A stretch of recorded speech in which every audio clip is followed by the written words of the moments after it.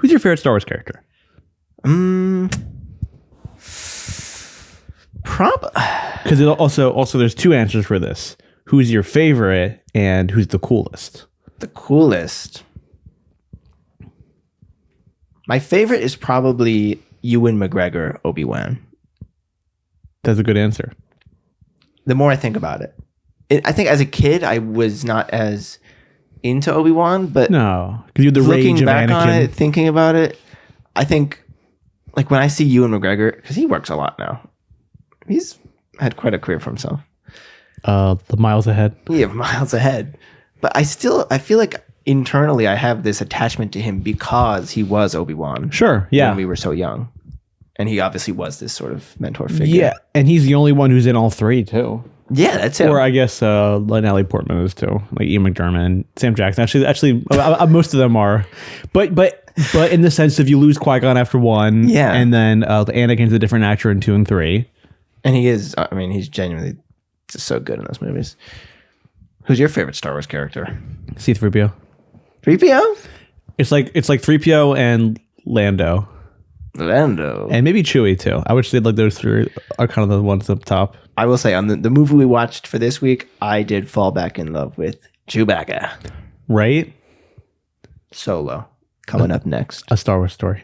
A Star Wars Solo. A Star Wars Why story. didn't they just call it Han Solo? Competition with Ella McKay.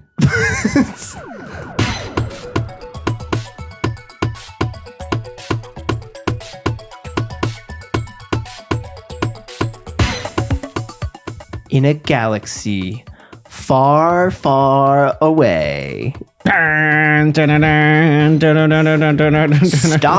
Warmers. Which I think, was it always Star Warmers? It was Space Warmers. It was, no, it was Star Warmers. It was going to be Star Warmers? You thought of Space Warmers for the themed month, and I was like, we should do Star Warmers, and that would be like Star Trek. Star Wars. I told a story. Or Star Wars. Solo, a Star Wars story. Star Wars soul story.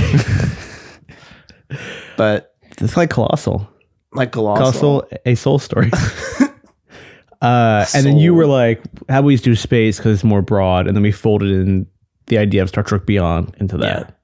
But this is a special one-off Star Warmers. It might not be one-off because I can see us doing like Rise of Skywalker. I definitely want to dip our toe into Rise of Skywalker. Which made money, but not like a ton of money. Like it made like 1.1 billion, which obviously is a lot of money. Chump change in this town. But it should have made more as the conclusion of the Skywalker trilogy. Oh, we have a stand-in producer today. Yeah. Bash is on maternity leave, so we have.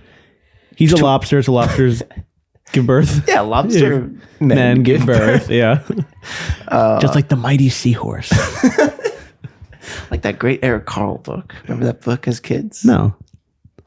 Producer Anna knows what it is. Well, to be fair, they are your siblings, so you guys read the same books growing up. The same picture books. But yeah, we're back with year 2 of the pod. Yeah, welcome. We're trying to do year. as much as we can on video. It's hard to make it work. We live an hour from each other, but I guess I was thinking about this. Like we were like in, like Los Angeles or New York. It would still take us like an hour for us to get to each other. Okay, so it's kind of reasonable. We basically live in the same town. Yeah, same city. It's just called Jersey. The whole state is our city. The New Hollywood. The New Hollywood, they're calling it. But yeah, we have a little friend here with us for our special Star Warmers. Did you want to introduce him, or do you want me to introduce him? Who is the better one, you think? You seemed a little rusty before we started rolling. So, okay, you go. Well, wait, you got to put the mic up to his mouth. Oh, yeah. I'm also going to run it, so you can't tell who. Hello. Warmer stuff. You're saying yours wasn't rusty either? Okay, you give it a go. Now a few words from our super fan, Yoda.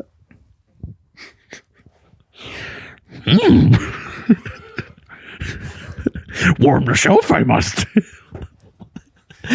I think I'm doing Clone Wars. I was gonna say Yoda. it's hard to not slip into Cookie Monster as well as Miss Piggy. Wait, I'm not my hands. Army. But it's interesting because Yoda is green, similar to Kermit, but different guy. Yeah. That was good. Thanks. I feel like you're doing more episode 5 Yoda, where he's like goofy and like Crawling around. But I'm doing more I like the Clone Wars or the prequel Yoda, where he's not an old kook. He's like the Jedi Master. Yeah, he's a little more. Yeah, a little more. like he's like. I begun the Clone Wars. I've begun the Clone Wars. You know what it is? Honestly, it's been a while since I've seen a film with Yoda, so me grasping for the impression is a little bit difficult. Yeah, I've seen the Muppets more frequently than I have, so I can. Frank Oz's other I can works. still slip in the roof, the dog. But Whoa! Forget this guy. Let's bring Forget a Rolf puppet. A film realistic Rolf. Well, anyway, welcome back to Star Warmers. I'm Sam. And I'm Ann Solo. Andrew Zola. And I'm Andor Alexander. Andrew Alexander. But yeah, this is the podcast for those of you who don't know, where we watch and discuss movies from 2010s, the teens, also known as the pump and dump Sweet period 16 of Hollywood. Not exactly a golden age, but definitely a time of high fertility for Tinseltown. So fertile, in fact, that we did not cover many of the movies produced. So if they're good, bad, or just meh, well, we're going to cover them all. If it's been sitting on the shelf, well, it's time to take it down. So Sam, what are we taking down today? Yeah, so every week we take down a movie. And in year 2, we're going to try and do this as much as we can. We have a physical shelf here with us. A movie that I own, that I actually have owned a lot of the movies, and I probably should have just always had a physical copy. Would have been nice. But it didn't matter because we weren't on video, so we also could have lied about it. Yeah. Okay. Oh, what is this? Apollo 13 on VHS. Ron Howard. You never directed. you never know what you could find on the shelf. And actually, there's a fun fact about this movie. Yeah. It was directed by Lord and Miller until they got fired halfway through, and Ron Howard took over. When they were in 3rd grade, they directed Apollo 13. But yeah, little Ron Howard tribute. Where you at with Howard, real quick? We'll delve into him later, but just briefly. Oh, I guess I have not really seen a ton, but like, has he really made it? I mean, he's made a ton, I guess, but like, I've seen the big ones. I've seen Apollo 13. I've seen A Beautiful Mind. What else do we have here on the shelf? Oh my goodness. My childhood copies of the original trilogy. I had those same ones too. I believe these are must be the 97. Yeah, for the special re-release. editions. Yeah. But Well, yeah, we've got. I don't think DVDs were New even Hope. out. Oh, wait. You mean that it's just like the version from 97? There were DVDs in 97. No, I think VHSs were until the 2000s. So what was the window for DVDs? I feel like DVDs 6 years. No, actually, no, maybe like late 90s. Actually, yes. So maybe you're right. Are we fact checking this? In my Producer? brain, it was kind of fast burnout for DVDs. It was like 04 to like 2015. I think DVDs were around like 95, 92. It was invented and developed in 95 and first released in 96 in Japan. Wow. I think when they hit the market, it was like, boom, DVDs are the thing. Well, because there's a lot of talk about DVDs in The Sopranos. According to the AI overview, officially outselling VHS tapes in 2002. Okay, because so I that's feel somewhere like, in between. Although the first players launched in 1997. well, because like Shrek like 2, I feel like probably had a VHS release. Like maybe The Incredibles. That was kind of the last of the line. I think there was some overlap, but DVDs very quickly outsold. Well, here they are. Did you hear they're Matrix. they're re-releasing the original Star Wars next year in IMAX? Yes, I For did the hear that. 50th anniversary. I'll go and see that. I will be sad for that. The Human Jabba. Human Jabba. That's gonna be cool. And we've got one more thing on the shelf here. Solo. Movie today. A Star Wars story. We're literally taking it off the shelf. And this is your personal copy. My copy, I bought it when it came out, and I have not opened it. It appears. which is funny because I guess you watched it this week, but not on physical media. Well, of course, this is the 2018 film, as we said, directed by Ron Howard, written by Lawrence Kasdan, who is a He's a huge legacy writer. legacy Star Wars guy. yeah. And yeah, this was kind of the big swing from Disney, which seemed like a no-brainer because there's such a legacy behind the character of Han Solo. But yeah, Solo: A Star Wars Story. This is a shelf warmer. Absolutely. This is like Why the only do Star you Wars think bomb. it's a shelf warmer? It's like the one like bomb in the history of Star Wars. Yeah. Before this weekend, presumably. Well, this weekend tonight. Of course, we're doing this film because this weekend, Mandalorian and Grogu is hitting theaters, which you and I are both going to see tonight. But yeah, this movie is kind of like an oddity where obviously it was a huge deal when it was coming out, especially in our world where we were 16, heavily into the whole Star Wars project. Oh, yeah. Point. It was in full swing. Kind of towards the back half. I think after this is where I was kind of like, all right. Because it was Force Awakens, Rogue One, Last Jedi, Solo, if I'm not mistaken. Yeah, I think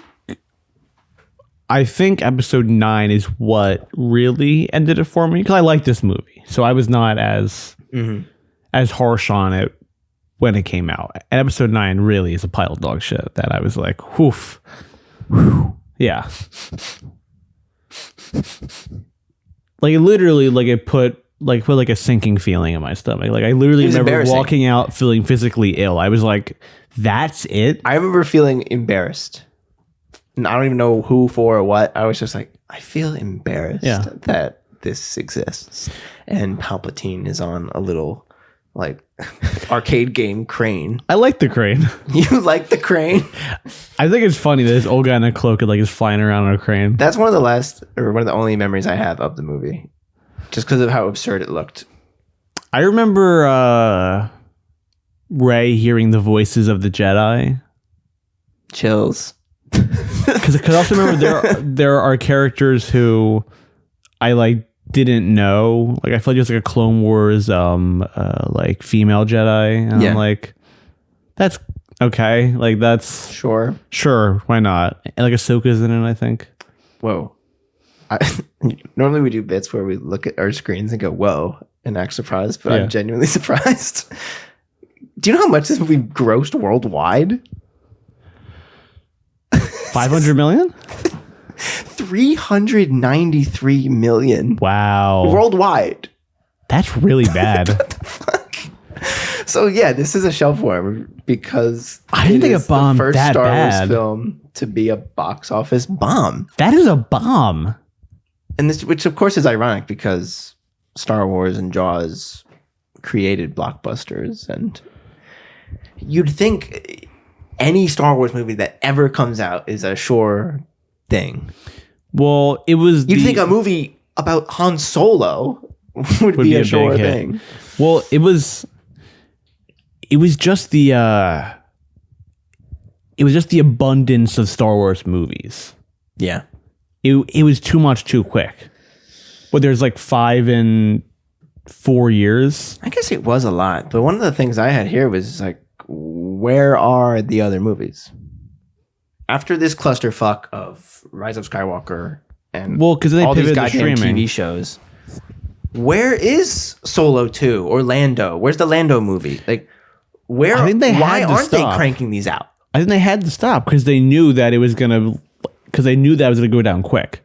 Do you think it would have gotten worse? Yeah.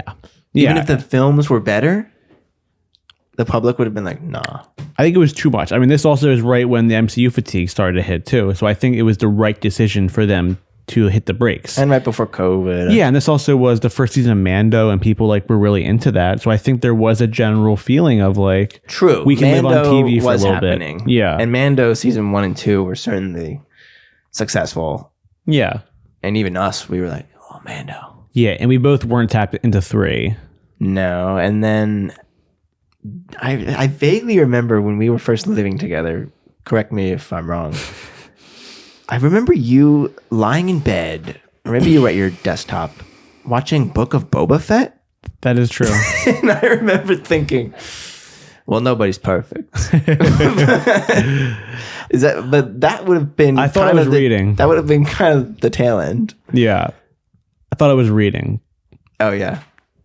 I said, "Oh, Book of Boba Fett." Book of Boba Fett. And it was a streaming show. Audiobook on Disney Plus. Yeah. No. Yeah. It was. That would have been the last breath. I was interested enough because that was coming after Mando season 2, which was pretty good. Yeah. And I was like, I like Boba Fett. Like, why would I not watch the Boba Fett show?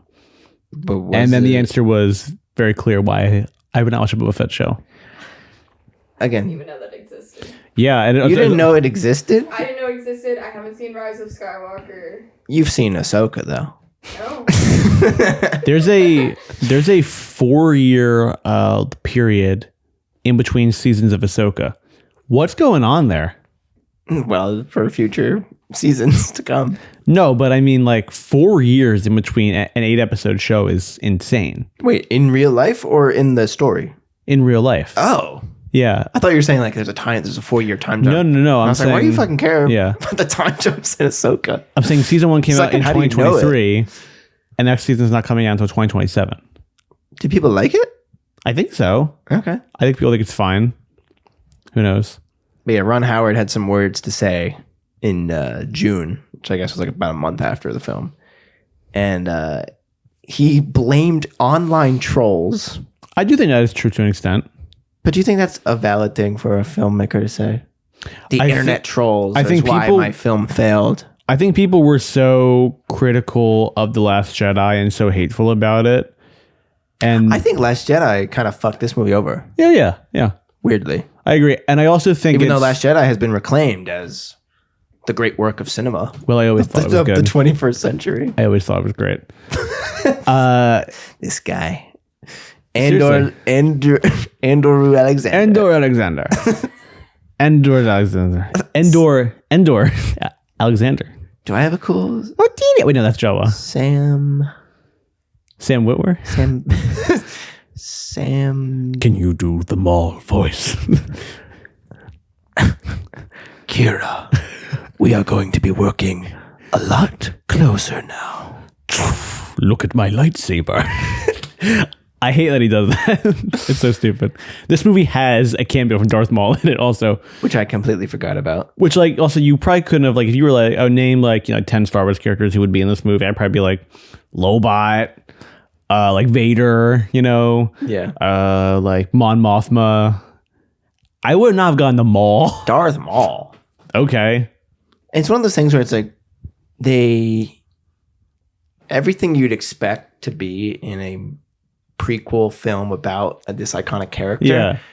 They do it in the most obnoxious way, Yeah. but they also do batshit stuff like Yeah. have Darth Maul be included, but not have Greedo in the mix. Yeah. They name drop Bosk. They do. Bosch. Producer Bosk. Lizard hands. Lizard man, They're yeah. not lobster hands. They're lizard They're hands. Bosk. We got confused. Lizard hands. They almost don't do the stuff you really want to see. Instead, they have that infamous line of like, I don't have a last name or whatever. Yeah, and the which- guy's like That sucks. Han Solo. He's almost like Pratt. Solo. Solo.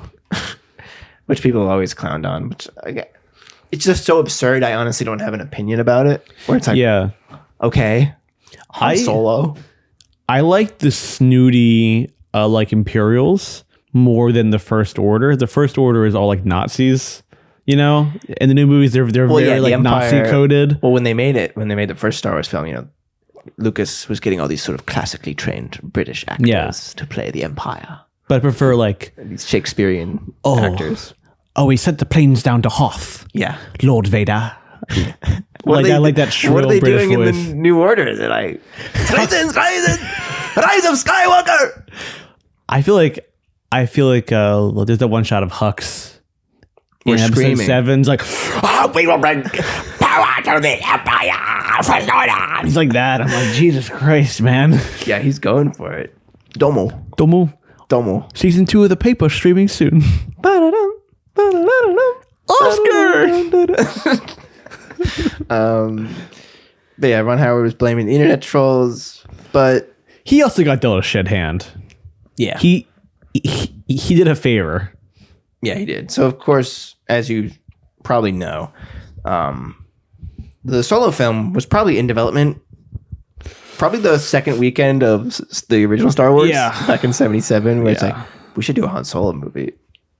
Takes decades for it to happen. I don't know if I ever would think of George being interested in that, though. In spin-offs back then? I feel like he was always like, yeah, so there was a Clone War, and all the Jedi fought and then died. I feel like he's not thinking about Han. I feel like Han is like small potatoes to him. Well, yeah, I mean, he loves Luke, and he loves the Skywalkers, and then he kisses his sister. And he kisses his sister. But then we don't talk about it again. It's never wrong. And then we do 3 prequels about their parents. And then I'm gonna get the guy from The Last Airbender to do my animated TV show. And then this guy who made The Last Airbender and has a big cowboy hat. He's got the biggest cowboy hat you've ever seen. His name is Dave Filipino. Every time he walks into the room, his big cowboy hat hits the brim of the door. Hits the door frame. It's awesome. And then you hear the Disney Plus sound. And every time his big cowboy hat hits the door, Disney loses 50 million subscribers. Yeah, he signed the contract over to Bob Iger and then said, just do me one favor. Make sure you make Maul Shadow Lord. 8 episodes streaming on Disney Plus. It's gotta happen. Maul Shadow Lord, he has to come back. Somebody told me that was one of the best pieces of Star Wars media ever, and I said, sure. I literally don't even know what you're talking about, so... It's a Darth Maul, the animated series that just came out. Just came out? Yeah. Oh my god, dude. We should do our own Star Wars pod, because there's a lot to cover. But yeah, Kathy Kennedy and Lucas and Kasdan. You mean the woman who ruined Star Wars? Kathy Kennedy. I don't actually feel that way. Just to clarify. Women. Yeah, absolutely. It's like, oh, she also made the Clone Wars and Rogue One, which you guys love, but she also made the one you don't like. So you're like, she's ruining it all. So now Cowboy Hat Guy's doing it? Yeah, he's like the main guy now. Okay. But they were developing the Solo idea right before Disney bought Star Wars. Oh, interesting. Doing some research for this movie, it kind of made me rethink Lucas in a way. It seems like he was constantly developing Star Wars shit. Yeah, and that it wasn't never making really most of them. happened. Yeah, but he was. I guess in my head, I think of him as a guy who kind of did Star Wars and was kind of like, all right, I'm good. Yeah, because to us, it's kind of like that's it. Yeah, he doesn't have one of these careers like Spielberg or Scorsese. No, he's not directed a movie in like 40 years. Yeah, but it seemed like he was working on stuff. Well, there's that one famous example of Star Wars Detours or whatever it's called. And Detours. It was from the team behind the Robot Chicken. And it was like a comedy, like animated show. I think you can find the pilot somewhere. It's like really bad. Oh, it's bad. Yeah. But Lucas was like very involved in that. Really? Yeah. Interesting. There's a fan. You have to love George Lucas. Like I will never hate George Lucas. Like there's some video of, I think it's from the Robot Chicken. They made like the Star Wars specials. Yeah, and also this Family Guy, and he actually was kind of involved in those too. Really? Yeah, because he was still in Lucasfilm. And there's this really great video of Seth Green and I don't remember the other guy who owns the studio. Guys. Yeah, whatever it's called. And he's like, oh, I thought that like the midichlorians, blah, blah, blah. And he like says some like sort of lore thing that like is wrong. And George goes, get the fuck out of here. And it's like a great like George Lucas bit. And I'm like, I've never seen him be like silly like that. Yeah. And I guess a lot of these guys, they just are a little bit uncomfortable in the spotlight. But one-on-one, they're probably pretty chill. Well, also, like, George is an editor, too, kind of at his heart. He doesn't want to direct, he doesn't want to write, he wants to edit. And all these stories you hear of him on the first Star Wars movie, he's, like, very introverted and uncomfortable. Yeah. And, like, Harrison Ford always tells stories about, like, busting his chops on the set, just trying to make him laugh because he was severely depressed while making Star Wars. But, yeah, so Lawrence Kasdan, who, of course, came on to help with Empire. Yes. And he's sort of credited with developing a lot of the Han Solo character, and those iconic lines are, Lawrence Kasdan's doing. Of course, he goes on to write Raiders of the Lost Ark and develop another iconic, truly iconic.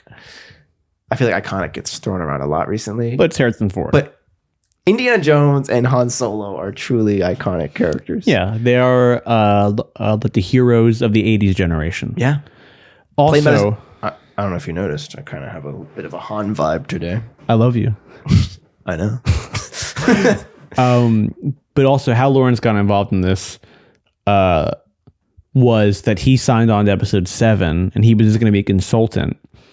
And then him and JJ ended up starting to rewrite the whole thing together. And his deal was like, okay, like I will be involved. I will help you to write this movie if you let me do a Han Solo movie. And he wrote it. He loves Han Solo. Yeah, and he wrote it. He also with his kind of son. sounds like George Lucas, but it's a little more. He definitely talks out of the side of his mouth. Marty, life is short. I saw you watch that. Good movie. I'm very excited to see it. He has so much footage of just him and his famous friends. That's awesome. There's so much footage of like there's like so much footage of like him and Kurt Russell on the beach and him and Steve Martin on a boat and him and Tom Hanks at a Christmas party, and he's always filming. It's Kasdan's filming or Marty Short? the Marty Short's filming. Okay. And sometimes Kasdan. But yeah, Lawrence Kasdan also has his directing career. Body Heat, Big Chill. Big Chill, one of my faves. Yeah.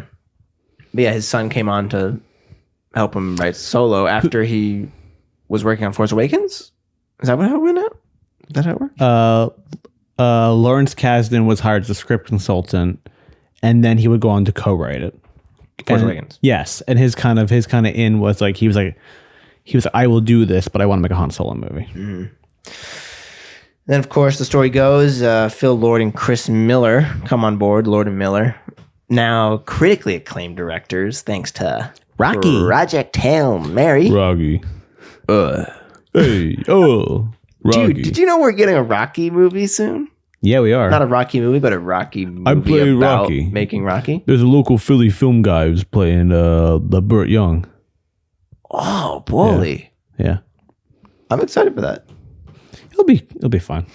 I love movies about I got Rambo making- prequel. I got prequel about me when I'm young, and I wrote Rocky. It's a Sly prequel about It's just- yeah. me before I really became Sly. Before I became the ambassador of Hollywood, and Planet Hollywood. Planet Hollywood. I used to waffle stomp my poops in the shower, and I became the ambassador of Hollywood.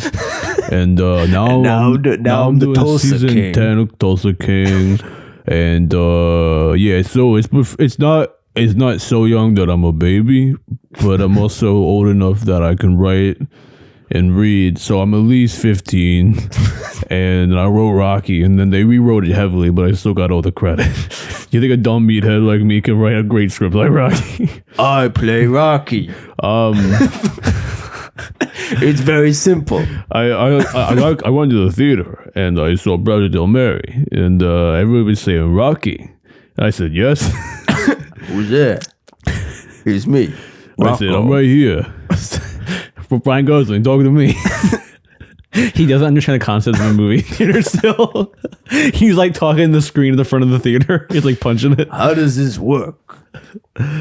Yeah, Chris Lord and Phil. Wait, Phil Lord, Chris Miller. Phil Lord and Chris Miller. Chrysler, Miller, Ford. They were fired, unfortunately. You're fired. They were fired off the film, which was huge news because I don't know if you remember that iconic picture of Lord and Miller in the Millennium Falcon. Yes. With the whole cast. Yes. Obviously, Alden Ehrenreich's casting was inevitably going to be a shitstorm. Yeah, But I think history has been kind to him. I think so and too. the performance. I just rewatched him in The Weapons. Weapons. Yeah. You well, like Weapons? Don't get me started. You like that movie? This movie came out on May 25th, 2018 also. Didn't really open against anything big, but the previous week was Deadpool 2 and the previous month was Infinity War. So there was a lot of stuff that was in the box office for a while. I think, and it's hard to say, obviously now, I think the Marvel hype train kind of stole some of the thunder away from Solo and as well as, was Rise of Skywalker December of 19? Yeah, so that would have been like 6 months after Endgame. I just think at that stage in my life, I was more like, oh shit. And yeah. But there already was like a fantastic end to this big saga. then it was like Rise of Skywalker. Okay. Yeah. But yeah, May of 18. Yeah. I was 17 years old. Oh, no, I was actually still 16. So was I, dude. Yeah. Awesome, if you man. can fucking believe it. No, We I were can't the believe it, same honestly. age For Can't fucking believe it. many months of the year. Because in my brain, you're still like a fucking fetus, you know? When Solo came out? Yeah, you were literally in the womb. But yeah, as we kind of mentioned earlier, The recasting, the recasting. which I think is worth having a whole point about, because they have gone 180 and they have done no recasting since then, and it's been all CGI AI faces instead, and like 70-year-old Mark Hamill Yeah. doing a facial performance put onto a younger man's body, which is very weird. It never looks good. Never looks Maybe good. one day it will. It probably will. Yeah. But for right now, it still looks like putty.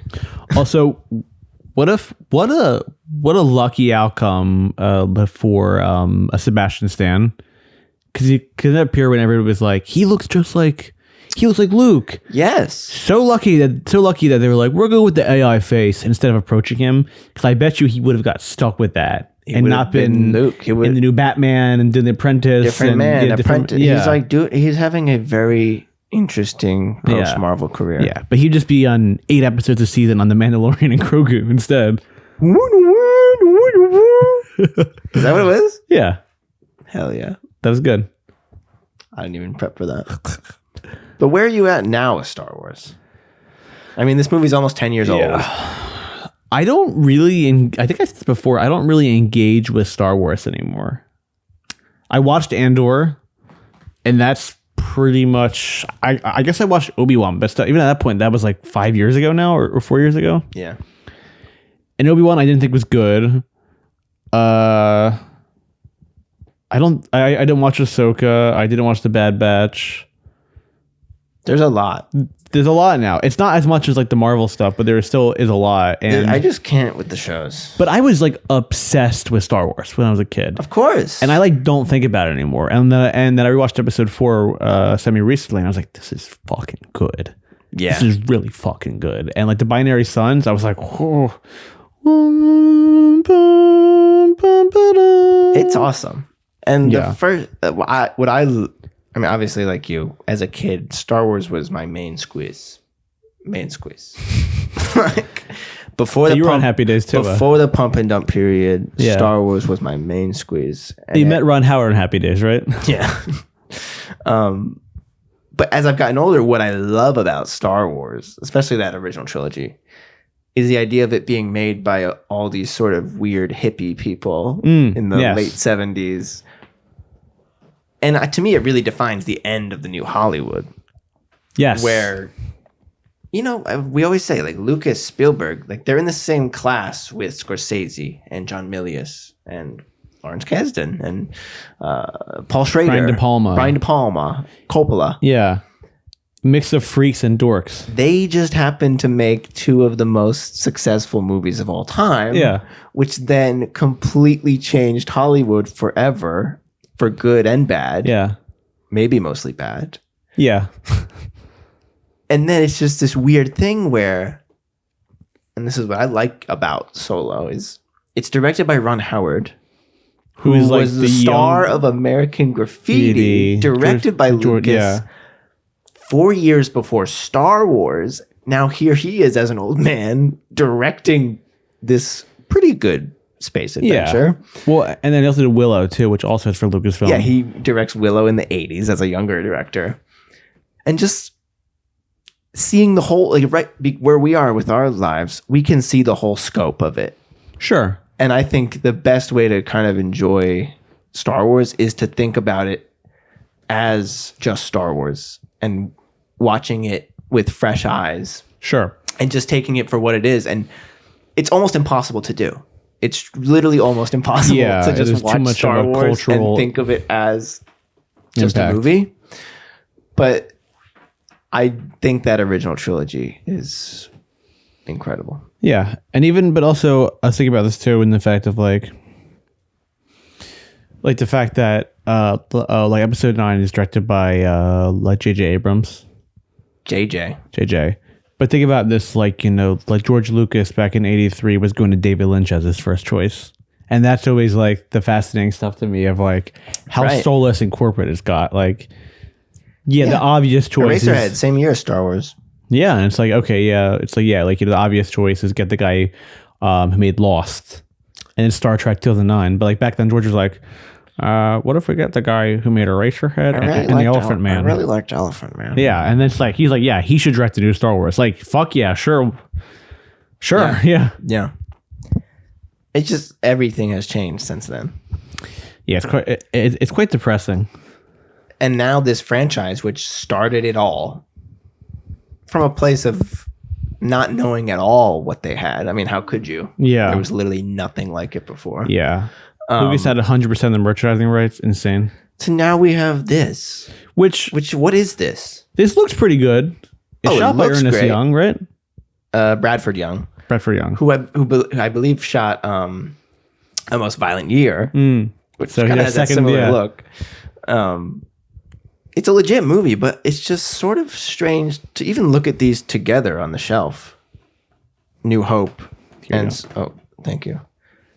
Like, we started there, and now we're here. And it's just... I don't know. Like, did you find that Solo had that Star Wars magic for you? Can you... Because you're saying you watched Star Wars, you felt that magic... What, a few months ago you rewatched the first one? It didn't have... Well, for one, I don't even think the prequels have that magic. I think there's something very the specific about the feeling of watching the original trilogy that is kind of unreplicated in anything else. And maybe it's the film. Yeah. But the prequels, I think the prequels, honestly, in my brain, the prequels and the sequel trilogy all kind of blend into one, just like Star Wars after the original trilogy. I guess they all feel distinct to me. Because to me, the prequels feel like daytime. And the sequel trilogy feels like nighttime. Sequel trilogy is like nighttime, but there's lots of blue and red. Yeah, and those films, they do look good. And I think it looked better than Solo. Oh, yeah. And the OG trilogy is just sort of, I think of it not as daytime or nighttime, but it's sort morning. of like the interiors of the Death Star. I feel like it's mornings. I feel like I would wake up and watch Star Wars. You know what I mean? I wish we could go back in time and watch Star Wars together as 8-year-olds. Fuck it. Let's do it. We'll be right back. Now, Sam, would you say that Solo is a legacy sequel? Or a shelf warmer? A shelf warmer, yes. Legacy sequel, for sure. Yeah. And Sam, just real quick, would you say my name's Andrew? Yeah, Andrew. Yeah. It's Andrew, right? Well, sometimes I get a little heated at the state of cinema, and I take my Phillies hat off. I thought I'd be wearing it today. And I put my hater hat on. I become Andrew, a Legacy sequel trilogy.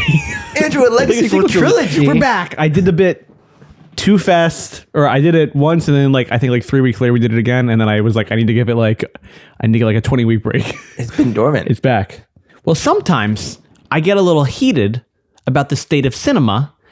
I take off my Phillies hat, which I thought I would be wearing today, but most of the times you are. Yeah, my hair was too good to not have it flow. Let it flow. Like Han. And I put my hater hat on. And I become Andrew, a Legacy sequel. But today, I'm Andrew, a Legacy sequel trilogy. Trilogy? I'm talking everything Star Wars. That's right, Lucasfilm. More like L Kiss Phil.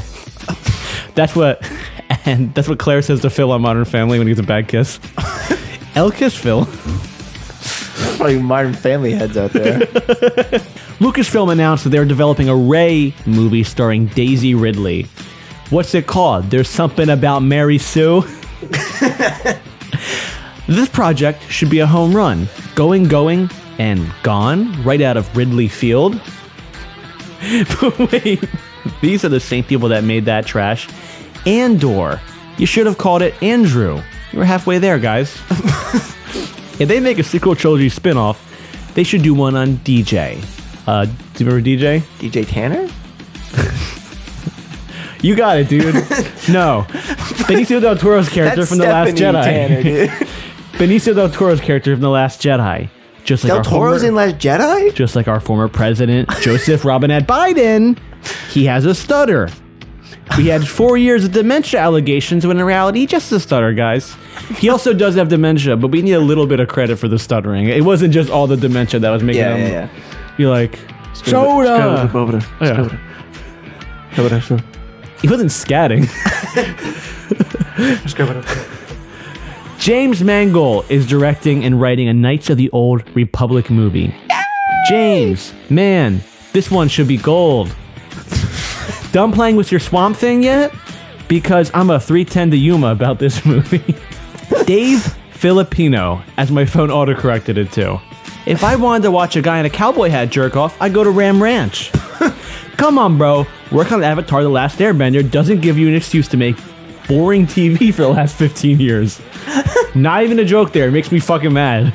And finally... They always say that. They're always like, he worked on Airbender. Yeah. So he's like legit guy. Yeah, what? He was like a story consultant? Like, yeah. Dave Filoni. 15 years of Ahsoka Tano. And finally, Sean Levy is directing a Star Wars movie. Leaving me alone. Get out of my house. I swear to God, I'm calling the police. I don't care what you directed. What? You directed Knights Museum 2? What? No. Don't go in there. Sean, put that knife down. This is wrong and you know it's wrong. I'm concealed carrying. Don't make me do this. I don't care that Netflix shut out your Holocaust series. I don't care. Is that true? He made one, and no one cared. You made Free Guy. The people love you. That movie rocks. Thank you for coming to your senses. Thank you for not choosing to end me today. Bam! Sean Levy dead. Sean Levy dead. But yeah, this movie is good. It doesn't... Like, I like this movie as much as I like The Force Awakens. Really? Actually, I probably like it more than The Force Awakens because it's at least doing some new things. But I just mean in terms of like new Star Wars, like that was good. Mm-hmm. I'm not like overanalyzing it or thinking too much about it. I'm like, yeah, that was a fun little movie. Like people who hate Episode 7, like like I get it's a retread, but I just like seeing in the same way that I like seeing like like Indiana Jones 5. I just like seeing Harrison Ford on screen. And I'm just kind of like, cool, fuck it, And I guess we could explain a little bit. Like when we meet Han Solo, he's on this planet Corellia. Yeah, which is where he's from. I guess in the canon. Yeah, a lot of canon in this movie. Yeah. Did you remember how fast he did the Kessel Run? No, I didn't either. And that's how out of it is, or that's how out of Star Wars I had in my brain. Yeah. That I was like, oh, like he did it in 20 parsecs, right? And they said 20 parsecs in the movie. I was like, wait, is it 20 or 12? He does it. No, I'm saying 12. No, I'm saying he does it in 12. Oh. But I was like in my head, oh, it's 20. And then they say, oh, you can't do it in less than 20. And I was like, oh shit. So it is less than 20. But that's like his thing. Do you feel really sad? You're like, damn. I was like, I don't even know that shit anymore. I don't even know the parsecs anymore. Like that. Kyber crystals. Kyber crystals. But yeah, we're introduced to Alden. I think he looks the part. He looks he looks the perfect amount like Harrison Ford. Like it's just enough that you're like, oh, I see the resemblance, but it's not too much that it's like, oh, that's like kind of freaky that he looks so much like Harrison Ford. I actually think he looks more like Jack Nicholson. He does. Well, he looks like Ray Nicholson. Yeah. Do you want to smile too? Which made me think we should put Alden Ehrenreich in a Chinatown prequel. Oh. Because is Ray Nicholson a good actor? I don't want his son. I just want Alden to be in the film. Yeah. That's cool. Well, he's aging more like more like Jack Nicholson. Who is? Alden Ehrenreich? I don't know if that was like kind of like prosthetics like for him in Weapons, but I feel like his face is getting rounder, his hairline's pushing back a little bit. His eyebrows are raising. Yeah. And I'm his smile is smiling. Do you think Jax will smile too? He must have, right? If his son was in it and was out and about doing press tour. Pop, I'm starring in a horror sequel. What's that, son? Smile 2? Smile too, eh? I'm already smiling, son. I'm proud of you. No, Dad, I'm in Smile 2. Adam Sandler. Ladies and gentlemen, Han Solo. But yeah, we meet Han. He's on Corellia. I pictured George Lucas sitting in the audience. Ladies and gentlemen, Han Solo. Let's give it up for George. George made it out tonight. And JJ's like, you can talk. George, you can talk now. He's like in a hospice care. Chase the rest of the pod like this. Ladies and gentlemen, Han Solo. No! You look really comfortable. I pictured his hospice nurse as Watto. Oh, he's flatlining. Get the defibrillators. I would love Watto as my doctor. Andy. Palpatine. Unlimited power. He's electrocuting George You back to remember life. these lines, man. Yeah, of course. Still got some knowledge in there. There's some shit floating around in You there. haven't totally wiped your mind. No.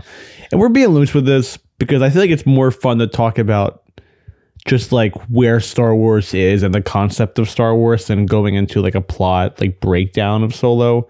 But it is his traditional hero's journey, his origin story. Yeah, he basically goes from being Street rat, riff raff. yeah, it's kind of like Aladdin, actually. But he is kind of this, I don't know, like an idealist almost. Yeah, he's more hopeful. optimistic. It's you almost see like him in the reverse of his later arc, where he's kind of this hopeful kid, and then he slowly gets more jaded, yeah. culminating in the climax of the film where Han shoots first, and his mentor / pal Woody Harrelson, who plays Tobias Beckett. Tobias Beckett, which these names are just ridiculous. I feel like it's like a Arrested Development name. It's like kind of weird that he has that. yeah, He also has a weird hairpiece. I love it. It's flying around. It's getting everywhere. Yeah. Kind of gross. I feel like this was his era of like saying yes, because then also he's in Venom this year. LBJ a year before. Yeah. But the fact that he was like, I'll do a Star Wars, I'll do a Venom movie. After relatively like being the guy from being the guy from like No Country and Cheers. I think True Detective gave him a second. True. Life, a little. Still haven't seen it. He looks, I think this was the last year of Woody looking like normal before he hit like 60 and became like a bloated like male celebrity. You know what I mean? Yeah. Now he's like doing his podcast with Ted Danson. He's like this, and he's like, Speaking of Solo, great episode with Harrison Ford right? on the Where Everybody Knows Your Name pod. It's like the loosest he's ever been on a podcast, I feel like. You guys should go listen to it because he literally doesn't sound like himself. No, he's doing like British accents. It's like so bizarre. He's like so unlike anything we've seen from Yeah. him. 'Cause even Conan, when he does Conan, he kind of settles into the fuck you. He's a little bit grumpy. But he was like happy. He was like happy to just talk to his two friends. yeah. I guess it helps when you're buddies and not just some creepy press junket guy. I grew up with Steve you. Weintraub from Collider. I brought my original trilogy DVDs and my unopened Solo, mint condition, and also Mr. Ford, Mr. Ford, I don't mean to bother you, but would you please sign my balls? Yeah, no wonder he's all fucking I have a uptight Sharpie. and upset with everyone. Would you please sign my husband's balls? My husband's balls are right back here. I need you to sign them. Oh, chop it off. Is that Harrison Ford? Crushing the fucking nuts. Yeah. I'm not signing any balls. I didn't kill those balls. Jumps off. Fugitive. The Joey Fugitive, Pants. but Star Wars. The Matrix DVD. Full circle. Yoda. Frank Oz. Just some Kermie. Kermie. Hey, yeah. yeah. We're really off the rails today. But yeah, the film opens and Han has like a little girlfriend, Kira, played by Emilia Clarke. Good. She's very good. I've never seen Game of Thrones, so I don't really have a frame of reference for her, but I liked her in this. She's fine. But yeah, Han's on Corellia. He's kind of like a slave or something. Yeah, He's trapped or something. They don't really get into it, but he's living with a bunch of orphans in the sewers, and there's like a bug monster that can't get out in the sun, voiced by Linda Hunt. Yeah. A character actor who maybe our generation best know as the old little lady from NCIS. Yeah. Yeah, and she's the voice of this big bug thing. And but is she? Are they like teenagers? I think they're supposed to be, yeah, like Really? maybe like 17, 18. Interesting. They just look older to me. Cool, because I think it's also you can't have like young Han. You know, you just kind of want to keep the Han cast constant. young Han and also young Han, played by the Jacob Sartorius. Jacob Sartorius as young Han Solo. Young Han Solo. Han Solo. He like Dirk Diggler. Your star. Your best pilot in the galaxy. Boogie Nights, but Star Wars. That could be good. Is this Luke, but he's a big dick? It could be Luke. Luke Skywalker is like a porn star name. True. Luke, you can't leave Tatooine. Your dick's too big. Fuck you, Mom. Fuck you. You don't know what I could do. There's an awesome war sequence Yeah. in this film. So Han gets off the planet. He escapes. And this is... There's a 3-year time jump. He joins the Empire. I think the moment you're referring to is where Han gets separated from Kira. They're both trying to get off the planet, and she gets taken, but he manages to escape. So he signs up for the Imperial like the Flight Academy. Yeah, and he gets sent to war. And it's a fantastic moment of him doing the stupid, "Oh, what's your name, kid? I don't have anybody." Han Solo, and then immediately to the match cut, or no, not a match cut, but he's like, like whatever, like you'll be a grunt, and like, you know, like, good luck flying, and it cuts to him flying through the air after he gets hit by a blast. that felt to me like Lord and Miller. Maybe. Yes, absolutely, because it's a joke. Yeah, it's a joke, and I was like, this is a great moment, but it's so funny because it's just the worst moment of the movie, and then into this cool moment. Oh, right, the Solo thing. But yeah, when that It's happened, a lot of that. I was kind of jammed. I was like, whoa, he's flying around, he's screaming, he's being shot at. It looks really cool. Yeah. I was telling Anna when we watched it, love blasters. Yeah. I fell back in love with blasters in this film. Should we get some blasters? We need blasters. They're so cool. They have such a cool weight to them. They do. Great sound design in this Yes. film, obvious. All the Star Wars films. Shout out to ILM.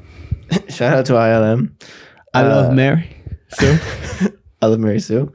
But when people get shot with the blaster, it looks nasty. Yeah. It's like all like charred and burnt up.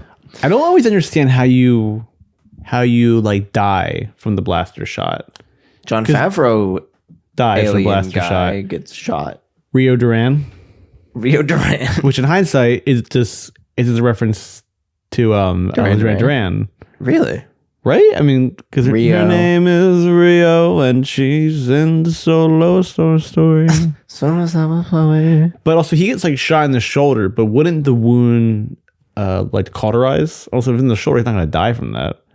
I would imagine the John Favreau alien character has like 4 arms. I would imagine there's a lot of critical arteries in his shoulder. So his heart's in his shoulder. And it probably did take him. Well, it did take him out. He died. R.I.P. Rip. I think I had a Funko Pop of him when this came out. I think you're downplaying how much you were actually into this movie. I really like this movie. I saw it for, I thought my friend's birthday, or no, I think it was Luca's birthday. Luke. Second name drop in this one episode. Yeah, but I think it was for his birthday. I saw this like opening night. I was really fucking stoked. I guess I was never. Also, I was always Indiana Jones kid more than a Han Solo guy. Well, it also has Lando. I mentioned who in my favorite Star Wars characters, played by one of my favorite Humans. entertainers, the Donald Glover. I predicted this. I fan cast him as Lando when this got announced, and the fact that he got cast, I was like, I'm on the freaking money.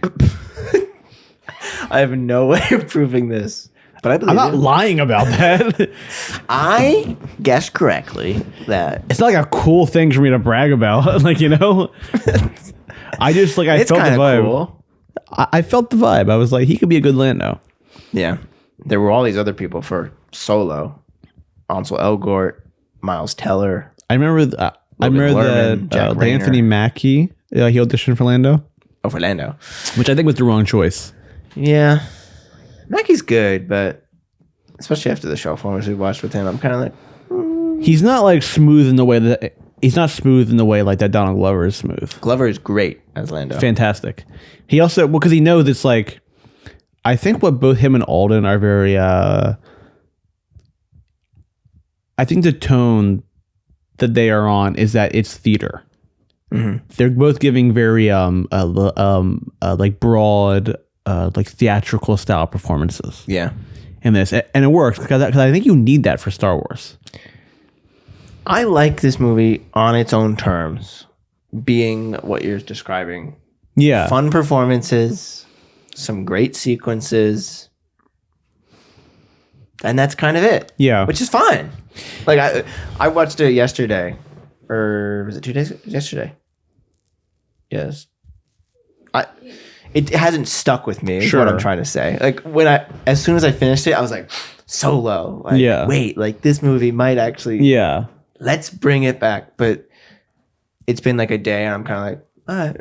And we're gonna go see this new one tonight, and I'm like, I'm looking forward to being sat in a theater And watching Star watching Wars. CG.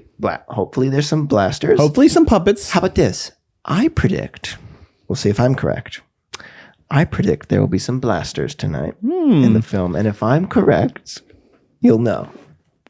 Will there be a lightsaber? When does Mando take place? After episode 6? It's in between 6 and 7. Mandalorian is post Return of the Jedi? Yeah, it's not in the new ones. The whole time? Well, that's how fucking Luke Skywalker's there. Why did I think it was like I also thought that too. I thought it was like a late prequel era show. Well, because it was that era. Damn it. I feel like you remember this. Like, Did you all know this? I feel like you remember. I feel like you remember, like, you know, like, you know, like on like AMC movie Talking Collider Jedi Council. They'd always be like, there's all this time that's unexplored after episode 6. Yeah. And then they put every fucking thing like after episode 6. Yeah, now it's It's like, oh, Star Wars Rebels. Oh, Ahsoka. Oh, The Mandalorian. Oh, like they were just throwing it all like in that timeline. And now it's all like they're all taking place at the same time. So some info though of the side characters. So Han meets Tobias Beckett. Woody On the Harrelson battlefield. On the battlefield. He's trying to steal some Imperial gear and Han wants in. He has a crew. The Val, played by Tandy Noon. Yeah. And like the character Rio Duran, played by Jon Favreau, which I guess was his into Lucasfilm. I guess. And originally, there was a lot more with those characters, Okay. but because of the reshoots and the restructuring of the film, after the firing of Lord and Miller, they got cut down.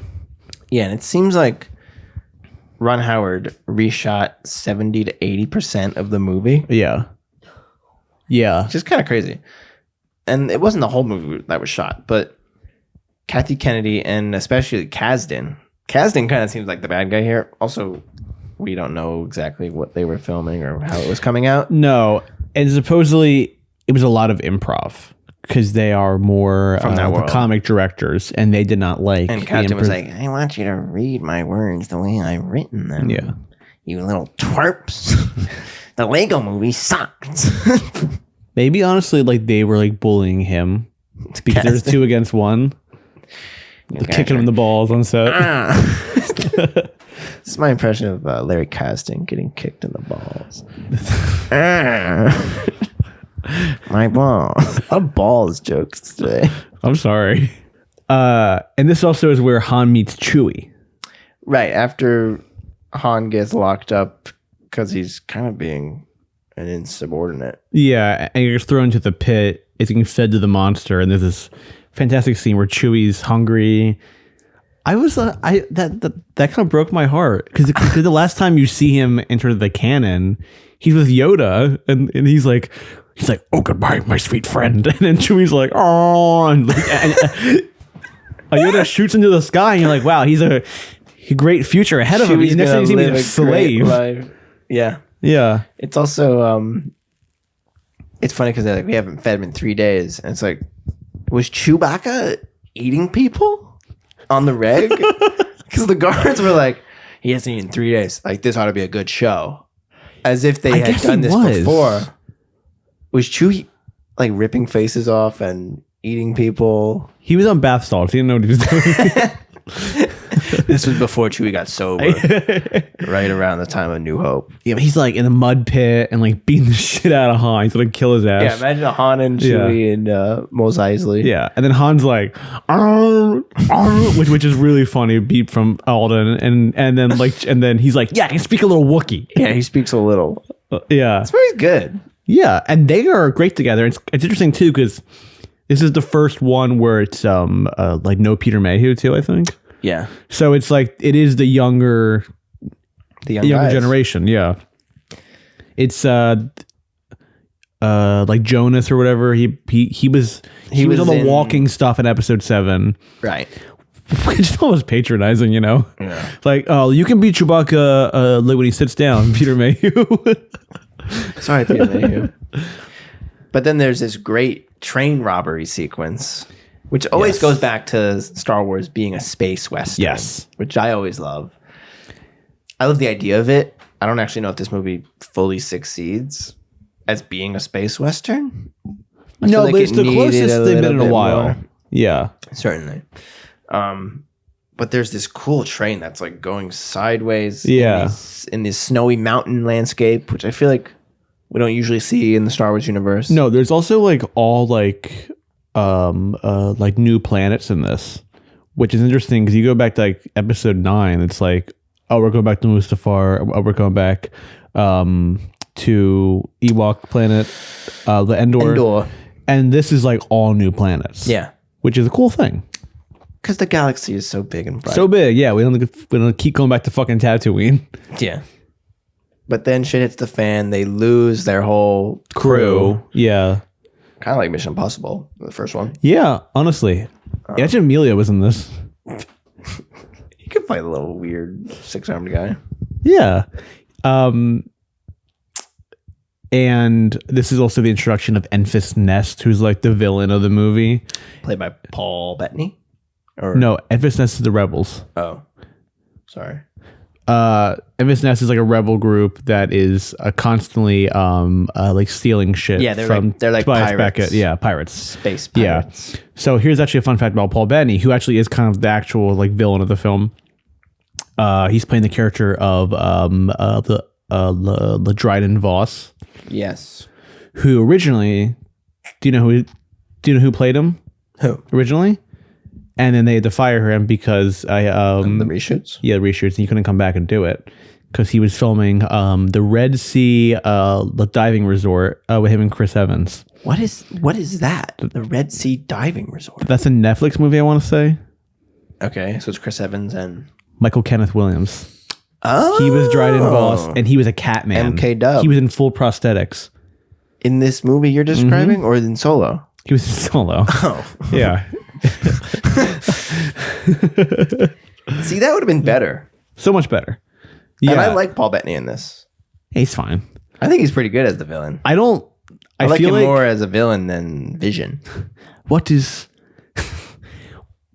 grief if not love persevering? What is a legacy sequel about Han Solo if it doesn't answer how he got his last name? It doesn't have Darth Maul. Warwick Davis shows up again. Cool. Good for Apparently him. he's playing the same character he played in Phantom Menace. Awesome. Yeah. I wish he was Wicked again. Wicket. And Sam Witwer does the voice for Maul, as he did in the animated Clone shows. Wars, and he is played by Raid Park. Yes, physically. Ray Park, who we discussed. Yeah, we did get into him again, and he's also but he's also a scary man. Yeah. But yeah, Ron Howard took over duties midway through. And I guess he said yes. He was like, yeah, fuck it, I'll do it. Yeah, it's Kind a of- cool thing to like have directed a Star Wars movie. Especially because he's so kind of linked to the whole Lucasfilm lineage. But yeah, Maybe he kind of Kathy. he kind of has a historic shelf warmer run with 2011 The Dilemma Never heard of that. with Vince Vaughn and Kevin James, What's which that is a about? comedy. We'll do it. Okay, good. 2013, he does Rush. Yes, which which I would is like to a cover. definitive shelf warmer. Then In the Heart of the Sea. In the Heart of the Sea. Then he does Inferno, the third Da Vinci Code movie. Did he do all three of those? Yeah. Okay. And then he does Solo. Not exactly on a hot streak before doing No, Solo. he's very much a journeyman, Yeah. and then also like Arrested Development, which is always strange. Yeah. And then he does Hillbilly Elegy in 2020. It would be funny if Han Solo like became vice president. Yeah, that's the Ron Howard curse. But yeah, Kathy Kennedy wanted a director who was, quote, unthreatening, which feels like a backhanded compliment. They're on set. Hey, Baldy. They just wanted, which is kind of my, again, I like Solo. I have fun with it, but it kind of, to me, separates it from being great. Is that it is such a doesn't really journeyman. have- Yeah. A take. No. It just kind of is Star Wars. I like the is script. I like the beats that Lawrence Kasdan's working in. Like a couple of moments I wrote down, which maybe this is more like Lord and Miller moments, but I like the humor in this movie. I think it works for the most part. Like I like when they get rescued from the battlefield and the Han and Chewie having the shower together. that was fun. Like that's really funny to me. I like that Han has the history with him and Kira. Like Yeah. I like that Han's the guy that has that girl who got away. Mm-hmm. Like that I like for him. And I also like that he constantly has a cycle of like fucking it up. Like, you know, him and Leia too, like episode 7, they're separated because Han just can't get out of his own way. Right. I like that for Han. I like the stuff with Enfys Nest. I like that they're seen as pirates and really they turned out to be the Star of the Rebellion. The start, right? Yeah. Is it actually the start? I guess it's but this is before episode 4 and Yeah, it Rogue must One. be. So yeah, it's kind of the early. I don't know. I guess right around time of like Saul Guerrera, Yeah. and I like that stuff, like the early stages of the rebellion. That's always really fascinating to me. That's why I kind of want to check out Andor. Yeah, It seems like that's what that's all about. it's very good. I like the Han and Lando stuff a lot. This is the most we've seen them interact. They don't really I was thinking about interact in that. episode 6. I think about that a lot with a lot of the original Star Wars stuff. Like Boba Fett is such this iconic character, Yeah, but you actually see what he does in these movies. It's like he lame stands as around. hell. Yeah. He stands around. Yeah. Lando and Han don't really interact. Like they had the good beats in episode 5, which I think is good, but that's also because Luke's not there. So it's just kind of like, Even you Jabba. betrayed me. Even Jabba is kind of like you want more from. Yeah, tonight we see his son. La Rada the Hutt, played by Yeah, Jimmy I'm the Allen bear. White. I'm the bear. I can't really do an impression of him, but I feel like I always picture him with like kind of Jimmy like this. Allen White. I think I just did it. I'm Bruce Springsteen. Sometimes. Oh, I know who you are. Sometimes. I don't even know who I am. I'm just in this car. He was standing on the Jabba's barge, about to jump in the Sarlacc pit. Me and Lando We went out riding on the Falcon Millennium. I love the Falcon. And I love the Lando version of the Falcon. I did love get a seeing little that. tickle in my tummy seeing that dish fly around. I'm going handheld. No more phone notes. Whoa, just off the dome. Just things I like. I feel like we didn't talk enough about it, and I feel like also we were being kind of negative. But I love Lando being, because I think Lando's not that self-absorbed in the original movies. I feel like that's kind of like a thing they've added in the canon. Yeah. But I adore that he's like kind of a fashionista, and he has like a whole room for his closet and his different scarves and his cape. And like when the Falcon's on fire, like Kira like going to grab his cape, he's like, "That's my favorite cape," and he like can't Yeah, like he's let. a little flamboyant. Yeah, I like that aspect of him. I like that him and L3, his robot friend, are having sex. I think that's really funny. And that she's like not into him, and he's like in love with her. I think that's so funny. I like Phoebe Waller-Bridge. They had a falling out, which is kind of bizarre too. I wonder what that was like. I wonder if they banged in real life. Who? Him and Phoebe her and Waller-Bridge, and really? well, yeah, because she was supposed to be a Mrs. Smith. Oh, And then she left. Due to some sort of differences interesting. they had, and they were like really good friends. Like he gave her like an Emmy or something like that, or like he presented her. Like, Yeah, right. And I'm like, what happened there? What's the story there? With Yeah. the lover. I like the Minds of Kessel. That was fun. I like when Chewie has to stop them getting the quaxium out, which is kind of the The explosive Substance. material that they're basically trying to get the whole movie. yeah, because they need to pay back Paul Bettany or he's going to kill them. Uh-huh. And I love that. Chewie's like, fuck this. I'm going to go free these Wookiees. And Han's like, not like mad. Han's like, I take this, man. Like I love that Han instantly he loves Chewbacca. Yeah. Because I don't want any sort of like, oh, they're not really friends. Will They're they, won't frenemies. Yeah, like, are they going to like each other? But I love that they're instantly, like, these guys are just like this. They're soulmates. They're soulmates. And I love that Han is never like mean to Chewie. He gets frustrated in the original one. So he's like, wrong. He's like, what do you mean? I love their instantly like an old like, married it is couple. like the best dynamic, Yeah. I guess, next to R2 and 3PO. 3PO. Yeah, like it works best when it's an old like married couple. Yeah. I love the Western shootout at the end. Yes. Yeah. The duel with Beckett. And he does kind of Indiana Jones move and just shoots him in the chest before he can even do anything. He's like, shit, kid, I would have done it too. That's a good beat. Yeah. And then Woody's death is pretty intense. Yeah. He kind of like slumps down and he's like, I think he does like a Yeah. But I love that Han at this stage is like, he knows the right thing to do is to give the energy source to the rebels, but he's still going to shoot first. And I love that kind of character development. Yeah. Han was also my favorite when I was a kid. So I have a lot of love for Han Solo.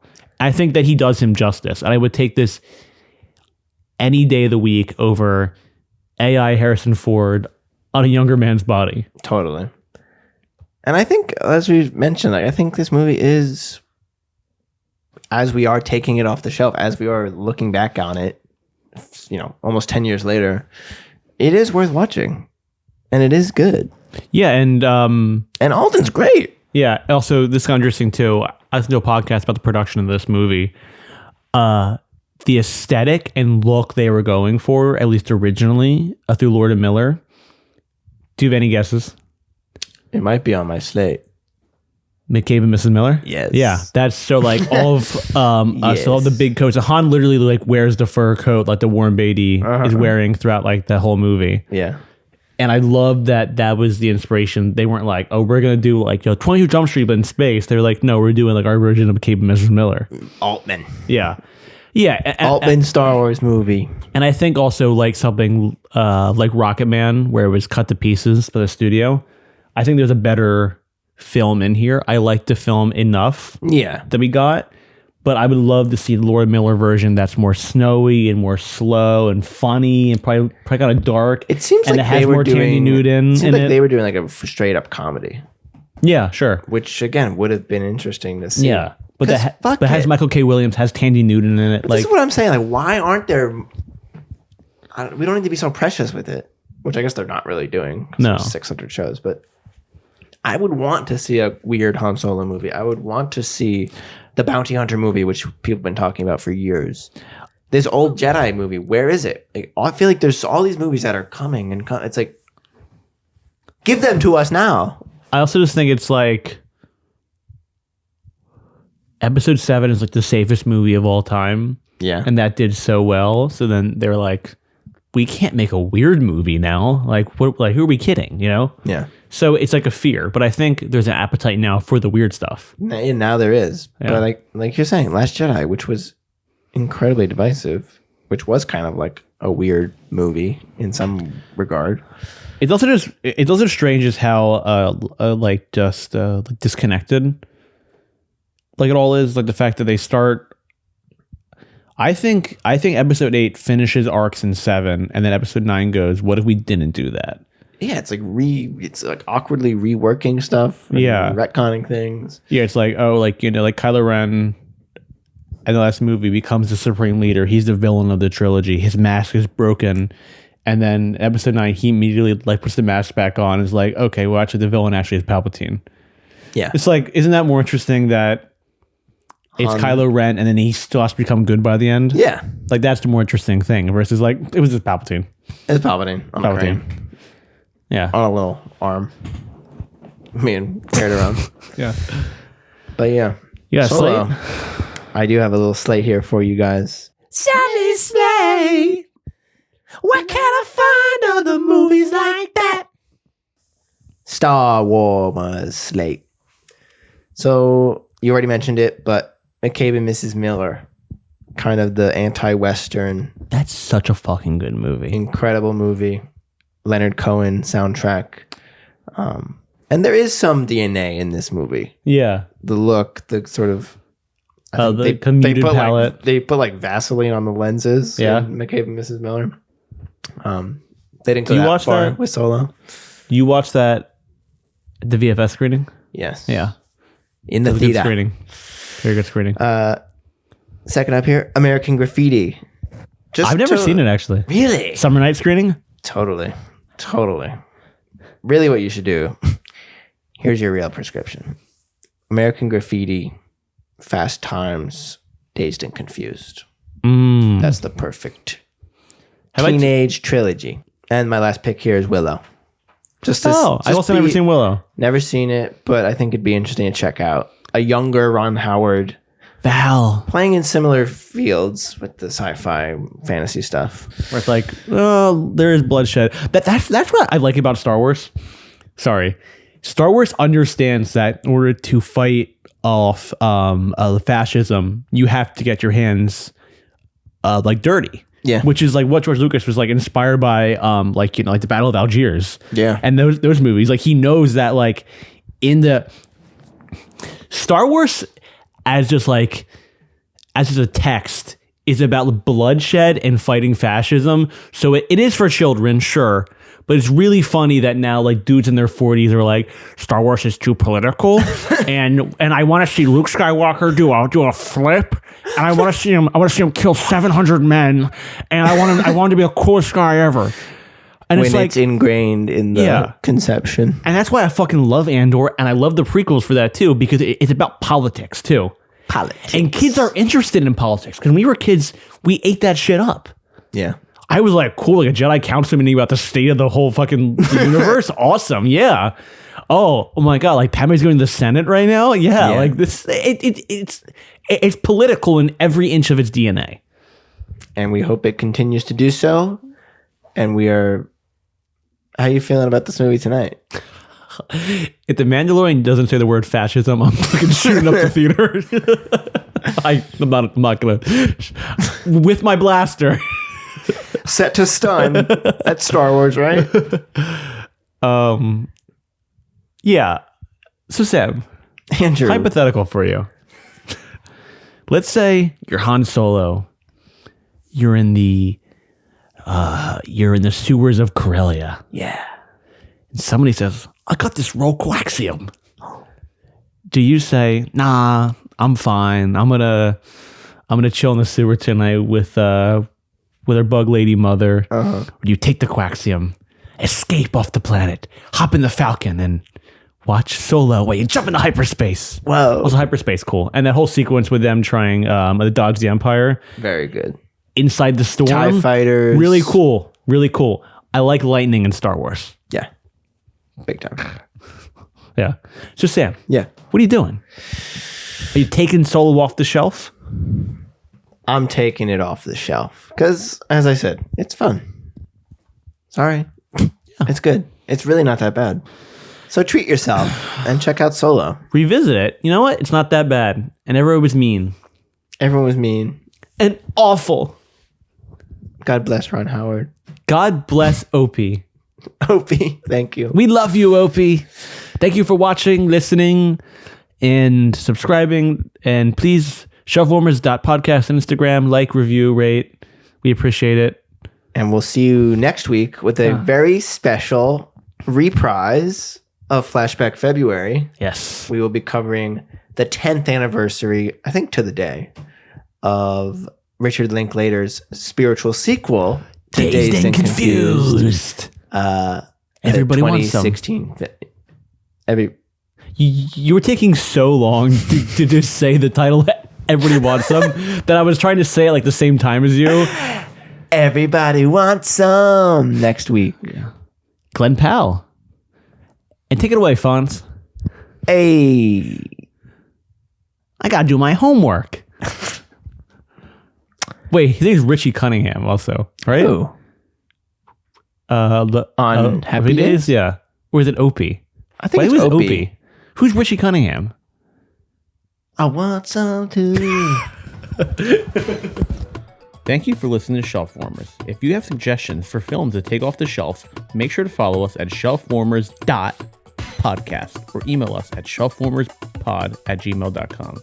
New episodes out every Friday.